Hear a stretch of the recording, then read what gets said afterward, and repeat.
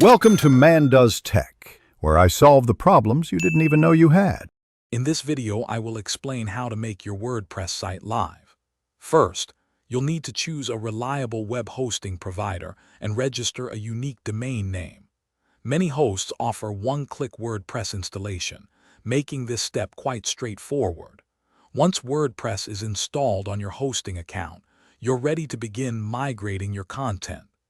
This initial setup is crucial for a smooth transition.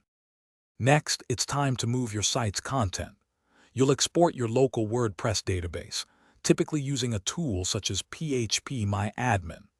Then, transfer all your WordPress files from your local development environment to your live server using an FTP client.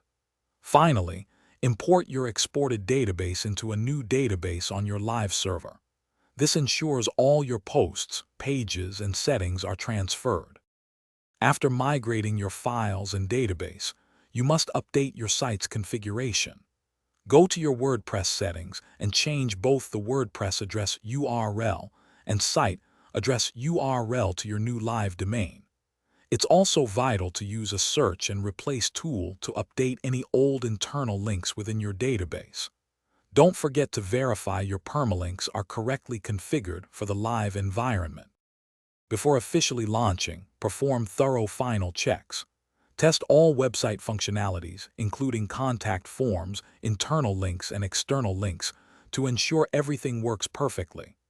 Optimize your images and content for faster loading speeds, which improves user experience.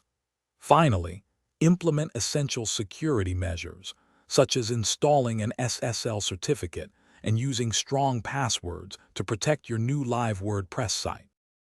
Thanks for watching. If you found this helpful, don't forget to like and subscribe.